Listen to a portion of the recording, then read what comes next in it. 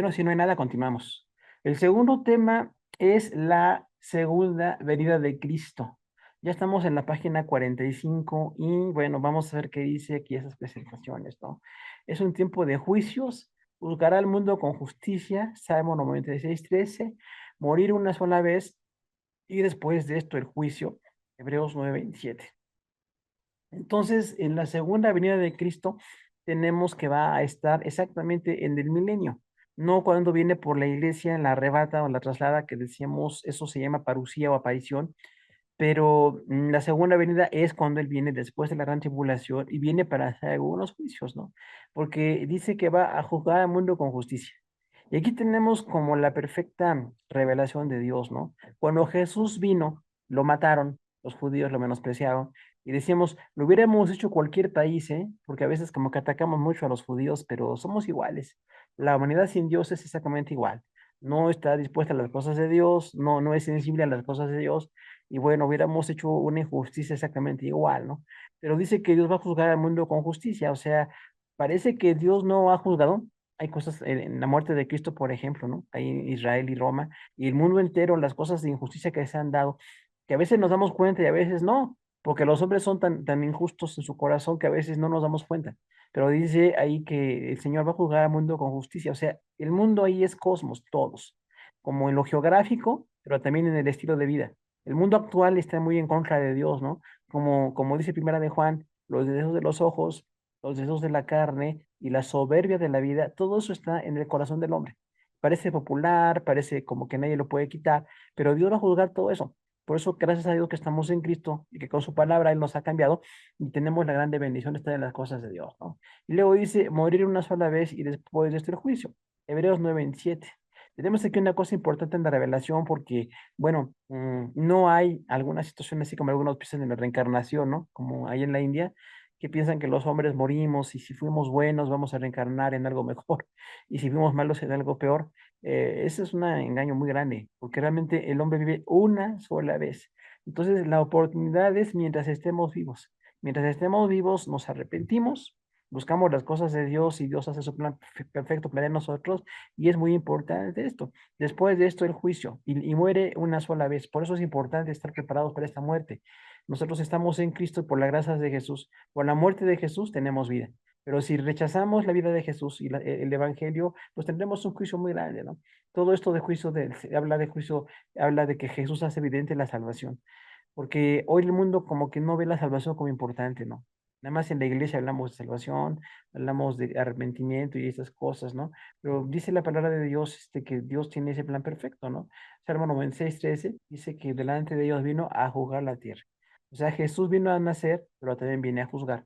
Entonces, para nosotros tenemos que estar preparados para esta segunda etapa de juicio, ¿no? Dice Juan 5:24, el que oye la palabra y que el que le envió tiene vida eterna. O sea, que tener a Jesús es la única garantía de salvación. No porque nosotros tengamos otras opciones o tengamos cualidades, nada más porque tenemos a Jesús, somos totalmente salvos, ¿no? Dice Romanos 5:9, porque somos justificados por Jesús, seremos salvos de la ira.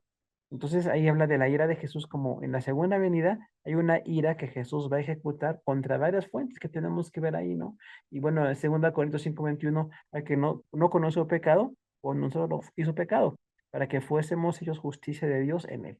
O sea, el Padre designó a Jesús, el perfecto sin pecado, para que él muriera por lo que somos pecadores. Gracias a Jesús santo, perfecto, bueno, es que nosotros somos salvos.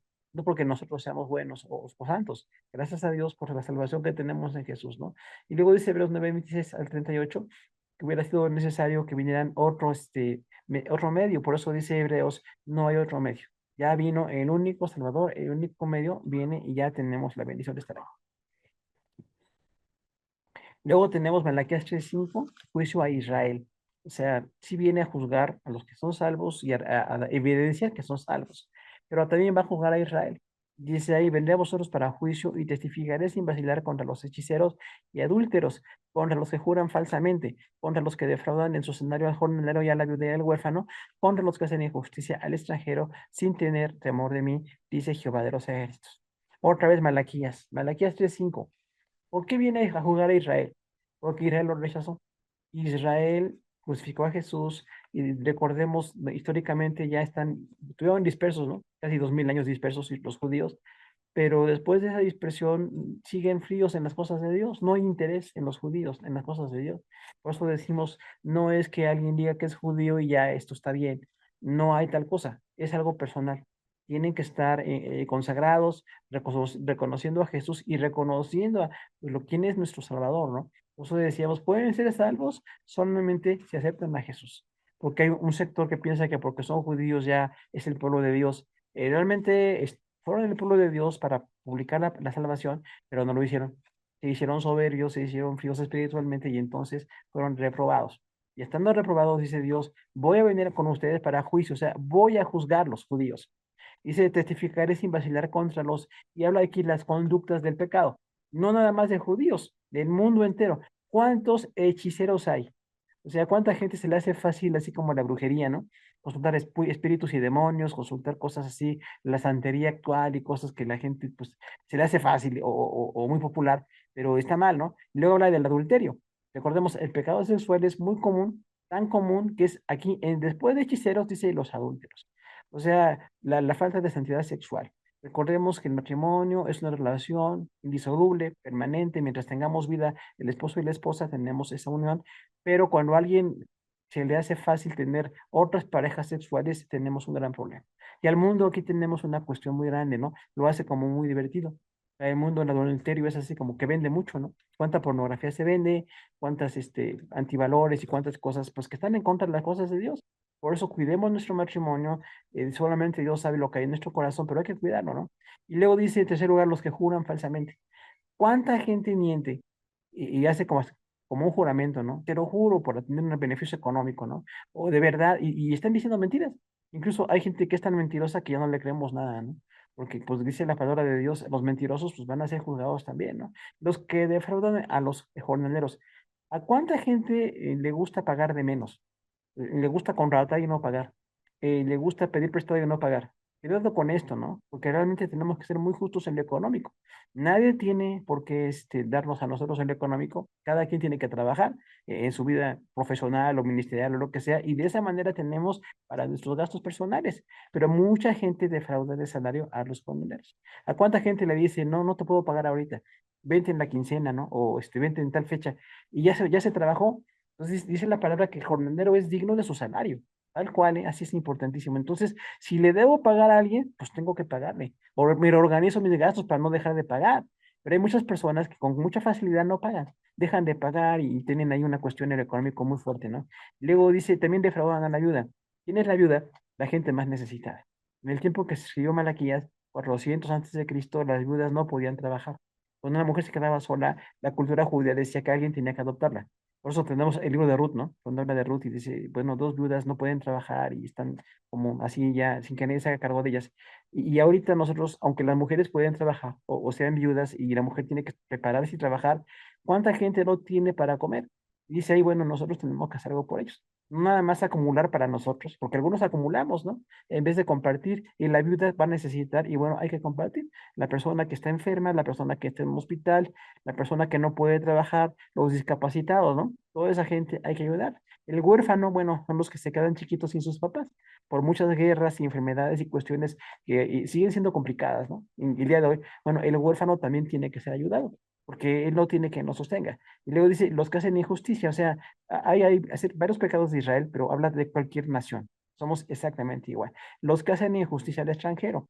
Hoy que hablamos también de las personas extranjeras, ¿no? A los que no se les ayuda, a las que no se les permite estar, se les ve como moneda de cambio, ¿no? Para usarlos en lo político, cosas así. Y bueno, el extranjero es para ayudarle. Si esta persona está fuera de su país y viene con niños pequeñitos o no puede contratarse, yo le puedo ayudar. Posiblemente darle trabajo temporal o posiblemente pues ver de qué manera podemos ayudarle para que tenga lo básico. Y estos extranjeros siempre han sido como parte de la gente muy vulnerable. Esas personas vulnerables. Dice, van a ser juzgados ustedes por esos pecados que tienen. Ahora, hay un juicio a Israel. Tenemos aquí una parábola de las 10 vírgenes, Mateo 25. Dice ahí muy importante para Israel en este caso, porque habla como de una celebración que todos conocemos que era muy cultural. Nosotros tenemos que la importante en la boda es la novia, ¿no? Para nosotros. la que se viste bonito, la que estrena, bueno, es la novia. En la cultura judía era importante el novio. El novio incluso pues, contrataba un año antes, ¿no? La ceremonia y buscaba que su amigo pues arreglara la boda y las cosas así. Y luego dice que el novio tenía que llegar a la celebración y las vírgenes o las jóvenes que le podían acompañar tenían que estar preparadas. Y habla entonces de Israel que tiene que estar preparado para la venida de Jesús. Y recuerda muy bien todo el contexto, ¿no? Dice 5 prudentes y 5 insensatas. Las prudentes pusieron aceite en sus lámparas, fueron por aceite y estaban esperando. Y luego dice, cuando el novio tardó en llegar, recordemos ya Jesús lleva 2000 años que no ha llegado. No es que sea tarde, pero va a llegar. Entonces hay que estar preparados, ¿no? Y dice que todas cabecearon, o sea, estaban todas dormitando. Pero dice, cuando llegó el novio, es importante, en esa cultura era el novio, no era la novia, en la cultura judía. Cuando llegaba el novio, así como muy notoria forma de llegar, y decía, vengan todos a las bodas, tenían que entrar. Pero tenían que ir con sus lámparas, porque las bodas se celebraban en varios días, ¿eh? Eso es también muy cultural en ese momento. Entonces, pasaban noches ahí, y en las noches tenían que prender sus lámparas. Y dice ahí que, bueno, las insensatas no tenían aceite, y le dijeron a las sensatas, denos de su aceite. ¿Qué dijeron las sensatas? No podemos. Ustedes vayan con los que venden y consigan para ustedes, porque no tenemos cómo dar ese aceite. Y vemos entonces dos condiciones. Hay creyentes, no Israel, también la iglesia. Creyentes que están preparados y creyentes que no están preparados. ¿Cuánta gente no preparada? Bueno, no oran, no buscan de Dios, ya no les importan las cosas de Dios. Y las preparadas, ¿no? ¿Cuánta gente en la iglesia sí está dedicada?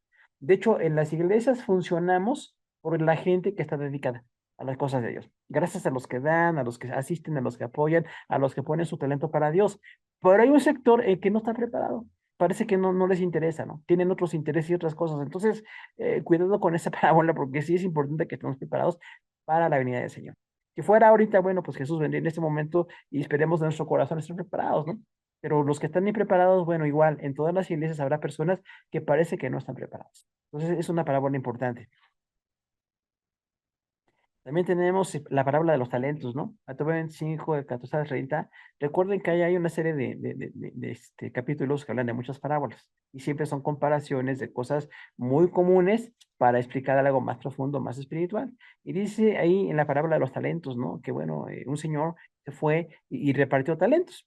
Dice, a cada quien le repartió según su capacidad, pero todos ellos tenían que hacer algo con sus talentos. Y dice entonces, bueno, cuando tú trabajas el talento que te fue dado, estás produciendo para Dios. ¿Qué es eso?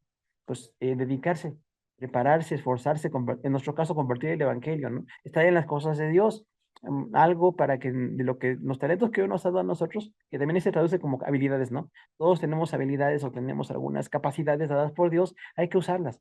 Porque hay gente que no usa sus talentos. Y es exactamente lo mismo que habla también de las minas y dice, bueno, es como darle un recurso muy grande a la gente. Algunos dice, se le dieron incluso 10 minas y 5 minas y una mina. Y aquí dice, los talentos iguales para todos, pero la cuestión es que uno de ellos al final no trabaja. Entonces, ¿qué pasa en la iglesia, hermanos? Que está prohibido no trabajar. Aquí lo más peligroso como creyentes es ser indolentes en el trabajo, en el servicio a Dios, porque todos tenemos que servir. No es fácil, pero es un compromiso que tenemos. Y vemos igual en todas las iglesias gente muy dispuesta a servir, que pone sus talentos a trabajar. Decimos, bueno, este hermano tan dedicado, esta hermana tan consagrada, qué lindo, ¿no? Pero algunos no estamos trabajando. Entonces es importantísimo poner nuestros talentos a trabajar no porque estemos hacia la iglesia o algún pastor o algún grupo ministerio, pero es para Dios. Entonces, siempre nuestros talentos tenemos que ponerlos en como las cosas de Dios, porque dice, el que no trabajó el talento, o las minas, o las dracmas, también habla, entonces, esos pues son los que van a ser reprobados. Entonces, es muy importante que nosotros estemos, en cuanto a los talentos, pues, repartiéndolos, ¿no? Porque dice, al que se le dieron 5 talentos, trajo otros 5 talentos. ¿Cuánta gente tiene habilidades y produce mucho? Es admirable de veras que la gente que tiene esto, ¿no?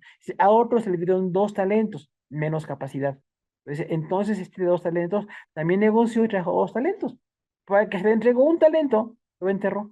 Parece como que es así, muy honesto, ¿no? Dice, no lo robé, ahí lo enterré.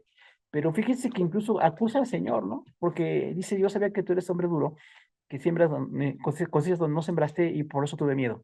O sea, los pretextos están a flor de piel, ¿eh?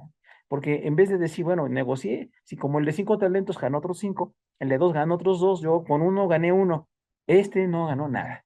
Entonces es importantísimo porque dice el Señor, denle el talento al que tiene los 5. O sea, al que tiene más bendiciones en lo espiritual, al más consagrado, se le da más. ¿Por qué? Porque está trabajando para Dios. Y es igual que cualquiera de nosotros. Si tenemos empleados, ¿a quién le damos trabajo? ¿Al productivo, al inteligente, al preparado o al descuidado? Porque hay gente descuidada en todos lados, ¿no? Y en la iglesia también hay personas descuidadas. Entonces, que Dios nos ayude a arrepentirnos si somos como la gente de un talento que no está trabajando, que no está produciendo, y entonces viene pues un juicio de parte de Dios. Hay que trabajar los talentos. Luego viene, estamos en la página 47, el juicio contra las naciones. Dice ahí Mateo 25, 31, 46. En aquel tiempo Jesús dijo a sus discípulos, cuando venga el Hijo del Hombre, rodeado de su gloria, acompañado de todos sus ángeles, se sentará en su trono de gloria. Entonces serán congregados ante él todas las naciones, y apartará de él a los unos a los otros, como aparte el pastor de las ovejas a los cabritos, y pondrá las ovejas a la derecha y los cabritos a la izquierda. Esto es muy importante, hermanos, porque en el juicio de las naciones tenemos una serie de aclaraciones importantísimas. Jesús lo prometió, porque dice que va a juzgar a las naciones según hayan sido receptoras o no del mensaje de salvación, o también como hayan tratado a Israel. Son esas dos cosas, el mensaje de salvación o cómo trataron a Israel.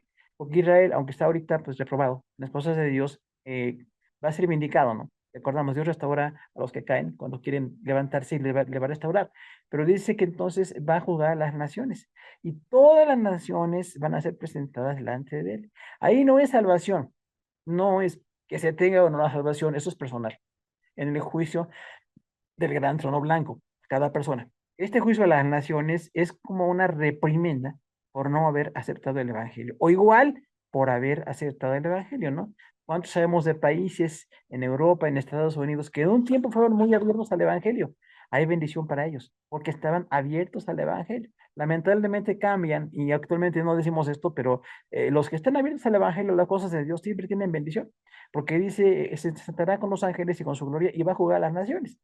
Y algo muy bonito aquí, dice, y ustedes juzgarán a las naciones conmigo. Esa parte es muy bonita, ¿no? Vean el equilibrio de Dios, porque ahorita no tenemos importancia política. Ahorita no tenemos nosotros que andar en las cuestiones políticas o querer gobernar, pero en el tiempo en que Jesús va a venir, ya después de la gran tribulación y del milenio, viene el juicio de las naciones, donde el Señor va a llamar a las personas, a las naciones, por cómo fueron en cuanto a las cosas de Dios. Pero dice, y ustedes juzgarán conmigo. Entonces es importantísimo en ese momento, ¿no? Por eso ahorita hay que prepararnos, que Dios nos depure el criterio, lo espiritual, las cosas de Dios, para que entendamos lo importante de esto, ¿no? Porque dice también Joel 3, 11, 1 al 16, que habrá un juicio contra las naciones, cuando los judíos vuelvan de la cautividad, convocar a las naciones en el valle de Josafat, otra vez, ahí está, valle de Megiddo, castigar la maldad infligida contra Israel, contra Tiro, Sidón y Filistea, en el momento en que lo dijo Joel, ¿no? Eran naciones importantes, tomaran el plata y el oro y la metieron en sus templos. O sea, esas naciones van a ser juzgadas por las cosas de Dios. Ahora, Mateo 25 dice que habrá un juicio contra estas naciones. Va a sentarse el Señor a juzgar con sus ángeles y las naciones serán llamadas. Decimos ahí, bueno, pues todas las naciones, ¿no? Y eso es importante porque el panorama político cambia, ¿no? Lo que llaman así como la política y la geografía, ¿no? La geografía política, porque ahorita hay países que parece que no fueron evangélicos, pero fueron. Todo el norte de África en el siglo II era cristiano. Al menos había iglesias, ¿no? De ahí tenemos personas así importantísimas, ¿no? Como el etíope eunuco, y tenemos después ahí Agustín de Hipona, el norte de África. Entonces, el norte de África estaba evangelizado, nada menos por Pablo y sus discípulos y los discípulos inmediatos de Jesús evangelizaron, y mucha gente en el norte de África fueron cristianos. Y ahorita no hay nada, es todo musulmán ahorita, ¿no? Entonces decimos, bueno, esas naciones ya fueron evangelizadas. Y hay como que hay una paz, porque ahorita decimos, bueno, hay muchas naciones, se llama la ventana 1040, ¿no? Los no evangelizados, los más difíciles, pero hubo un momento en que hubo gente salva ahí. Incluso ahorita para nosotros Turquía, ¿no? En Turquía son las 7 iglesias. Ahorita Turquía no hay evangelio. Hay una muy pequeñita iglesia, pero hubo un momento en que había 7 iglesias y a las cuales se da el mensaje en Apocalipsis, ¿no? Entonces, la geografía política ha cambiado. Ya hay evangélicos en ese momento que ahorita no. Cientos de años después parece que no, pero ya hubo cristianos, ¿no? O en el futuro. Imagínense Europa, ¿no? Cuando hubo la reforma religiosa protestante, pues ¿cuántos fueron evangelizados? Mucha gente fue al evangelio, conocieron de Dios. Actualmente parece que no. Sin embargo, ahí hubo como un cambio espiritual en sus corazones, ¿no? Y seguramente en el futuro va a suceder también.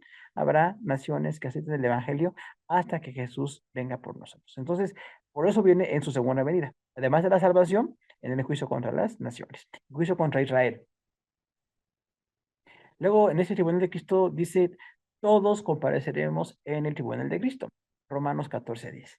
Dice, porque es necesario, 1 Corintios 5:10, que todos nosotros comparezcamos ante el tribunal de Cristo para que cada uno reciba según lo que haya hecho mientras estaba en el cuerpo, sea bueno o sea. Entonces, este juicio es para nosotros, hermano, porque es contra la iglesia este juicio, ¿no? Fíjese cómo Jesús habla de Israel, naciones y bueno, también la iglesia, porque no se pide la salvación aquí. Tenemos la salvación, pero viene como una amonestación, una confrontación a los que no se dedicaron bien a las cosas de Dios. Por eso nos preocupan mucho, igual que en los talentos y las minas, ¿no? Los que no están entregados, los que no están haciendo nada, porque dice que algunos parece que su obra es de hojarasca, otros que su obra es de madera y otros su obra es de oro. Entonces, la obra de hojarasca parece fácil, como que cualquiera la recoge, ¿no? Hojas secas se recogen y nada más se juntan y ya, pero se queman rapidísimo. Entonces, ese tipo de gente que sí es cristiana, es salva, pero no está entregada a las cosas de Dios, hace cosas muy de vez en cuando o las hace mal. ¿Cuánta gente parece que no se prepara en las cosas de Dios, no improvisa o no está dedicada a las cosas de Dios? Pero dice, otros que tienen una obra como de madera, igual es un material que se quema, no tan rápido como la hojarasca, pero se va a quemar. Dice, y con el fuego como juicio, bueno, esa obra también va a quitarse. Dice, pero hay otros que su obra es de oro. Por eso es importantísimo el nivel de consagración que tenemos.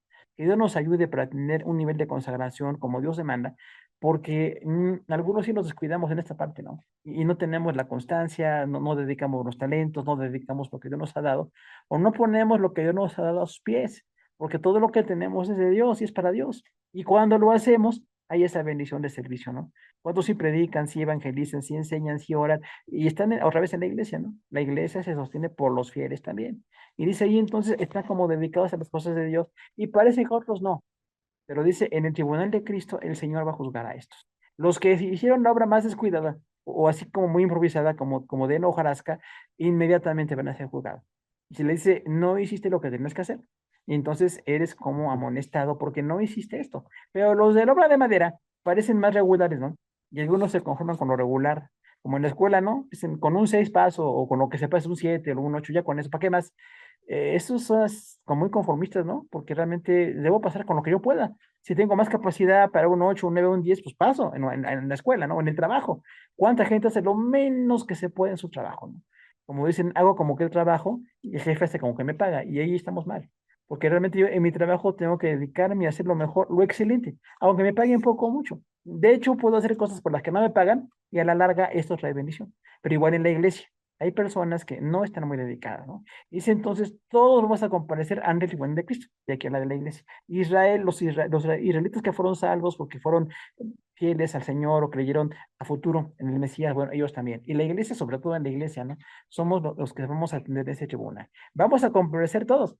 Entonces decimos ahí, bueno, si Dios va a evaluar mi obra, voy a pues, hacerla mejor. Porque a lo mejor no he sido tan consagrado, no he estado tan dedicado a la oración, a las cosas de Dios, pero tengo que hacerlo. Voy a hacerlo mientras pueda o como pueda, pero Dios me da la vida y la oportunidad de poder hacerlo, ¿no? Y luego dice, cada uno recibe según lo que hizo cuando estaba en el cuerpo. Entonces, sea bueno o sea malo.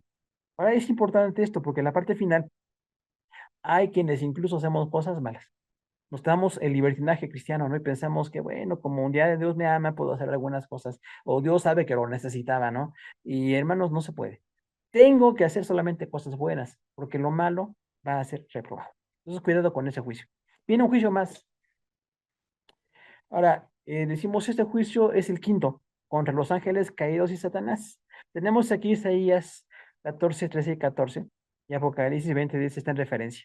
Si tú decías en tu corazón, subiré al cielo en lo alto y contra las estrellas, junto a las estrellas de Dios, levantaré mi trono y en el monte del testimonio me sentaré a los lados del norte, sobre las alturas de las nubes subiré y seré semejante al Altísimo, mas tú, derivado eres hasta el Seol, a los lados del abismo. Entonces, hay aquí como una descripción del surgimiento de Satanás, porque la Biblia es así como muy enfática, ¿no? Aparece en Génesis 3, Satanás ahí como engañando a Eva y Adán, y después aparece en algunos eventos con Job, aparece entre los hijos de Dios ahí, y bueno, vemos qué dice de Satanás y qué no dice de Satanás. Pero lo que sí dice es aquí en Isaías 14, hubo un rey al que Isaías se refiere aquí, es el rey de Babilonia. Imagínense, nada más, iba a ser Nabucodonosor, nada menos. El gran rey, ¿no? Que dice ahí que tiene un trono como de oro o una cabeza de oro o una bestia muy, muy poderosa, ¿no? Y dice, este rey, porque incluso fue tan soberbio, recordamos cómo Nabucodonosor tenía como una esquizofrenia espiritual, ¿no? Porque se consagraba y no se consagraba. Cuando Daniel y sus amigos hacían cosas impactantes, se decía, sí, ese es Dios, y de repente volvía otra vez a las cosas malas. Hasta que cayó en locura, ¿se acuerdan? 7 años como una bestia, es una enfermedad psiquiátrica, y dice, bueno, hasta que reconoció, y levantó los ojos al cielo y reconoció quién es Dios.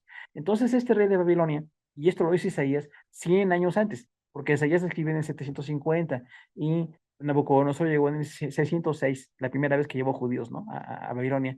Y dice ahí, voy a subir al alto y voy a poner mis, junto a las estrellas de Dios. Habla de Nabucodonosor y habla de Satanás. Porque recuerdan que Nabucodonosor, pues hizo una maravilla del mundo antiguo, los jardines colgantes, ¿no? Que siguen actualmente siendo impactantes. ¿Cómo lo hizo? ¿Cuánto costó tener así con las murallas con jardines colgantes? Costosísimo, ¿no? En ingeniería, el peso, el costo, cómo abastecer de agua y cómo usar los climas, o sea, era una obra importante. Por eso es una maravilla del mundo antiguo. Y cuando dice Nabucodonosor, no es esta Babilonia la que yo construí, incluye ahí a esos jardines colgantes. Daniel conoció los jardines colgantes y bueno, nosotros hoy ya no tenemos ni idea más que por referencias que se hagan, pero era importantísimo, ¿no? Una ciudad bonita, una ciudad pues como muy bien acomodada en la ingeniería, en la arquitectura, pero en medio de todo eso, Nabucodonosor tenía una soberbia tan grande que se hizo como si fuera contra Dios. Porque recuerdan cuando dice, hagan mi estatua y adórenla, era la estatua o de él mismo o una imagen muy cercana a él mismo. Y es lo que el hombre dice, hermano. Una de las peores idolatrías es el hombre que se siente Dios, porque vemos muchos ídolos y demonios, ¿no? Pero cuando el hombre se siente Dios, que sigue pasando, ¿no? ¿Cuánta gente, porque es muy poderosa en lo económico, muy atractiva físicamente, o importante en lo social, o ahora en medios electrónicos, dice, no, pues yo soy como un Dios, ¿no? Hubo quien dijo, somos más famosos que Cristo, imagínense nada más, ¿no? Entonces el hombre se siente así como invencible, inamovible y viene a una rebelión contra Dios. Pero hay un paralelismo con Satanás. Así como Nabucodonosor, que se sintió importantísimo y creyó que podía ser como Dios, también Satanás. Recuerden que la palabra Satanás era un ángel, dice, que protegía el reino de Dios. Y aquí vemos por qué Dios hace lo que hace, ¿no? ¿A Dios le hace falta que lo protejan, hermanos? Pues no. Él es perfecto y sabe exactamente todas las cosas, es invencible, ¿no? Sin embargo, le dio el privilegio a Satanás de guardar el trono de Dios. Igual que a nosotros, no nos necesita, nos usa solamente por pura misericordia. Porque dice ahí que Satanás protegió el reino de Dios, incluso su nombre es Luzbel o Lucero, ¿verdad? Así como un planeta que en la mañana tiene mucho brillo, hablan de Mercurio, ¿no? El planeta que brilla mucho y dice, bueno, voy a ser como esta estrella y voy a estar junto a Dios. Y exactamente dice, levantaré mi trono junto al trono de Dios. No lo hizo Nabucodonosor, pero lo hizo Satanás. Recuerdan que quiso ser como Dios y pensó que podía poner su trono contra el trono de Dios. Y aquí vemos algo muy impactante porque los ángeles no tienen fe. Nosotros tenemos fe porque vemos, no vemos y creemos. Y los ángeles ya bien. Desde que Dios los creó, ven a Dios. Por eso en la rebelión de demonios no hay fe. No se pueden arrepentir porque veían a Dios. Y los ángeles que no cayeron igual, pues se mantienen en solemnidad porque saben quién es Dios. Pero Satanás no. Y vemos cómo la soberbia desmedida trae consecuencias. ¿Cuánta gente se siente mucho mejor que otro? Más inteligente, más poderoso económicamente o más atractivo o lo que sea, y la gente se siente como, pues, que nadie los merece, ¿no? Y esto pasa mucho en todas las culturas. Hoy hay muchos como Nabucodonosor, hoy hay muchos que tienen ese tipo de soberbia, ¿no? Y luego dice, me sentaré al lado norte, o sea, me voy a sentar junto a Dios. Y no, no puedes, porque Dios es invencible, ¿no? Tanto que Dios en un instante venció a Satanás y como decíamos, ¿no? La tercera parte de demonios cayeron. Algunos están en lugares que nunca van a salir, otros pues están ahorita guardados y van a salir, y otros que siempre han estado aquí afuera, ¿no? Pero bueno, en ese momento dice, subiré a las alturas, o sea, voy a estar junto a Dios.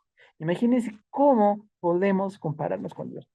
O sea, si Él es poderoso, Él es incomparable y bueno, tenemos que más bien ser humildes, ¿no? Por eso la humildad es importantísima en los creyentes, porque a veces, como Dios nos usa, porque tenemos habilidades, llegamos incluso en ministerios, ¿no? A pensarnos como muy especiales y ya no le damos la gloria a Dios. Luego dice, seré semejante al Altísimo. O sea, Satanás quería ser semejante a Dios. Dice, mas tú eres derribado al Seol a los lados del abismo. Vean el contraste. E inicia con el cielo. Subirá al cielo y al final dice, vas a ser puesto en el abismo. O sea, voy a estar en lo más alto y lo ponen en lo más bajo.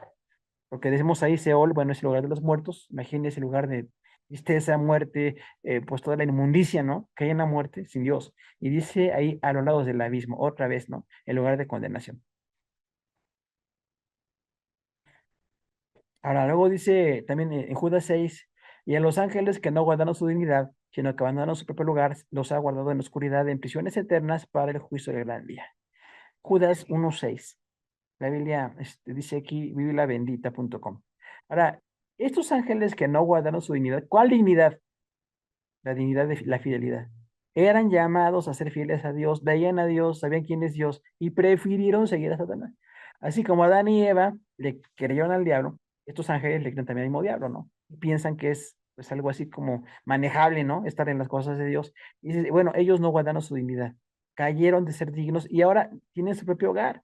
Y se les ha guardado en la oscuridad y en prisiones eternas para el juicio del gran día. O sea, están en juicio de parte de Dios hasta el gran día, pero porque fueron infieles y rebeldes, ¿no? Y es importante entonces esta caída de Babilonia y también aquí habla de Tiro y Sidón, que en su momento eran así como ciudades importantísimas, y hubo príncipes, y ahí hay un poco menos de registro histórico, pero igual se sentían como Dios.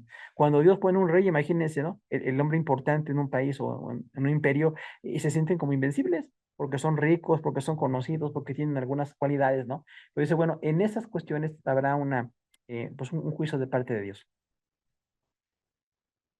Ahora, también dice la descripción de la segunda venida de Cristo, Zacarías 14:4, se afirmarán los pies de aquel día sobre el monte de los olivos que está frente a Jerusalén al oriente. Jesús viene en la segunda venida a Jerusalén. Es importante esto porque hay un gran equilibrio aquí teológico, ¿no? Vino a Jerusalén hace 2000 años, dio salvación, ha salvado a muchas naciones, pero Israel ahorita no hay salvación. Sin embargo, cuando Jesús regrese después de la gran tribulación, después de aquel juicio en las cosas de Dios, viene y entonces va a estar en el Monte de los Olivos y se partirá en dos. El Monte de los Olivos sigue existiendo, así como hace 2000 años, no es ahorita igual la geografía, pero el lugar existe. Y dice, cuando Jesús llegue en ese monte se partirá en dos. Y dicen en otras descripciones, parece que hay una parte que se va al norte y al sur, al oriente o al poniente, se divide el monte de los olivos. Dice, y entonces acaba con los anticristo y con sus ejércitos, pero entonces viene a juzgar a la tierra. Y ahí tenemos entonces una venida para juicio y una venida totalmente distinta a lo que fue el Antiguo Testamento, ¿no? Porque a lo que vino en su resurrección, porque vendrá ahora para gobernar. Y algo muy, muy importante, va a gobernar con poder, ¿no? Porque gobernará con vara de hierro, va a hacer así perfectamente su juicio, y sin embargo los hombres en su corazón impíos finalmente no aceptan ese reino. Luego tenemos aquí, dice Apocalipsis 19, 11 al 16, que es el verbo de Dios, el fiel y verdadero, Rey de reyes y Señor de señores. Entonces, tenemos aquí una situación muy importante. ¿Quién viene? El verbo de Dios. Fíjense que es importantísimo esto, ¿no? Porque es una palabra griega, logos, que originalmente los judíos no manejaban mucho, pero como el griego era importante cuando Jesús vino, así como ahora el inglés es como muy universal, en ese momento el griego era importante para la cultura, y bueno, se adoptaron algunas palabras, ¿no? Entonces Jesús habla de quién viene a hablar de Dios, eso quiere decir, porque él vino a hablar quién es Dios, no vino nada más a decir una parte o a decir algo que convenía, él viene a hablar todo, porque dice yo vengo a hablarles del que me envió y como él me envió, yo los envío a ustedes. Y es importante eso, ¿por qué nos envía Jesús, no? Fíjese, la dignidad del Padre enviando a Cristo, o sea, lo envía a salvar, viene a nacer y morir, resucitar y bueno, tiene desde entonces un reino eterno. Pero dice que así como el Padre lo envió, Él nos envía a nosotros. Nosotros somos enviados a predicar. Por eso tenemos que hablar la palabra de Dios, tenemos que evangelizar, tenemos que estar en las cosas de Dios. ¿Y quién es Él? Fiel y verdadero. Tiene cuatro descripciones, ¿no? Eh, Cuando es fiel, acuérdense que Dios es fiel siempre. Eso es importante porque nosotros pensamos en fidelidad en términos de placer. pensamos que el placer que nos da o el agrado que tenemos por la gente, esa gente es fiel. Y no, aquí la palabra fiel es que está pegado a lo verdadero. Es mucho más elevado el concepto porque, bueno, Dios es fiel siempre y aunque es fiel, permite sufrimiento, permite enfermedad, permite que pasen cosas, o en Israel, ¿no? Que sean derrotados, la iglesia misma tiene a veces pues mucho ataque en el mundo y sin embargo Dios sigue siendo fiel. Entonces decimos, aunque tú eres fiel, Señor, pase lo que pase, yo creo que tú eres fiel. Y más bien yo tengo que aprender a ser fiel, porque esto es importantísimo, ¿no? Dios no nada más es fiel, sino que nos llama a nosotros a ser fieles. Y algunos que no hemos sido fieles, o sin Cristo menos, éramos muy infieles, bueno, esos infieles ahora podemos ser fieles. Luego dice, es fiel y verdadero.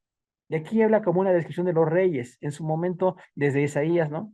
Que habla de Jesús como admirable consejero, Dios fuerte, Padre eterno y príncipe de paz. Son títulos de reyes, realmente, ¿no? Para nosotros. Y en el Antiguo Testamento, cuando hablamos ahí en Isaías, que dices admirable consejero, es sin coma, ¿no?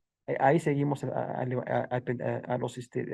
a los judíos que tienen la idea de sin coma, admirable consejero. Ya luego, cuando tenemos la Septuaginta y otras traducciones, se pone la coma. Originalmente no había coma. Eran así como dos títulos, como aquí, fiel y verdadero, rey de reyes y señor de señores. Eran así como los títulos de los reyes. ¿A cuántos reyes, no? El justo, el fiel, el bueno, el no sé qué. Bueno, en ese momento, el magno, ¿no? Tenemos en Cristo estos títulos. Él es fiel y verdadero. Él es de verdad. Es verdad y aplica la verdad y quiere la verdad. Porque la verdad también hoy día es así como muy poco cotizada, ¿no? En el mundo la verdad no vale. No importa, de hecho, ¿no? A mucha gente no le importa la verdad. Más vale lo que sea políticamente correcto, lo que sea conveniente y no la verdad. Y sin embargo, busquen verdad. En la Biblia está cientos de veces mencionado fiel y verdadero en este caso, ¿no? Luego cuando dice Rey de Reyes, Señor, Señor, otra vez, ¿quién es Él? Él es el Rey más elevado, el Rey del universo, pero por su amor nos hace ser parte de su reino.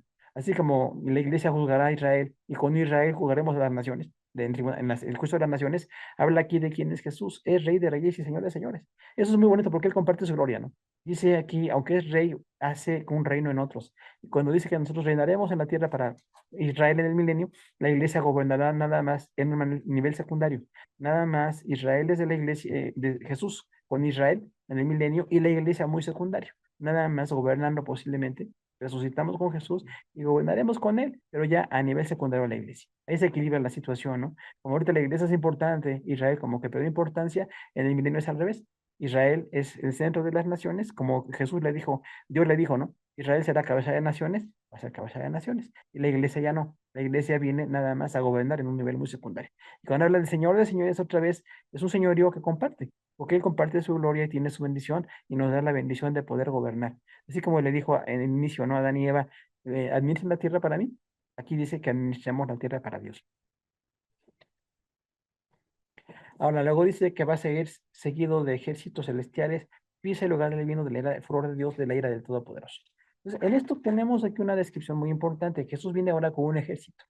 Porque fíjese, esa, pues digamos, revelación de la palabra, ¿no? No viene con amor o a evangelizar, viene a gobernar.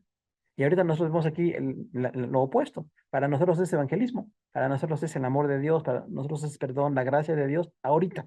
Pero en el milenio no. En el milenio viene con su ejército a gobernar el mundo. Y el mundo va a estar viendo ese gobierno, ¿no? ¿Se acuerdan que dice Apocalipsis que Satanás va a ser atado 1000 años? Exactamente 1000 años.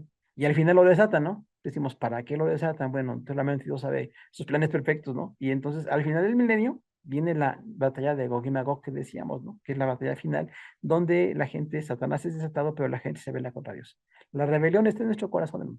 Solamente cuando Jesús, su palabra, llega a nuestra vida, nos quitan los rebeldes, pero el hombre es rebelde. Desde que caímos con Adán y Eva, todos nacemos muy rebeldes, ¿no? Y luego dice, él viene seguido de sus ejércitos celestiales. Dice que ejércitos es plural, no es ejército, dice ejércitos. Es importante aquí esto porque no es uno, son varios.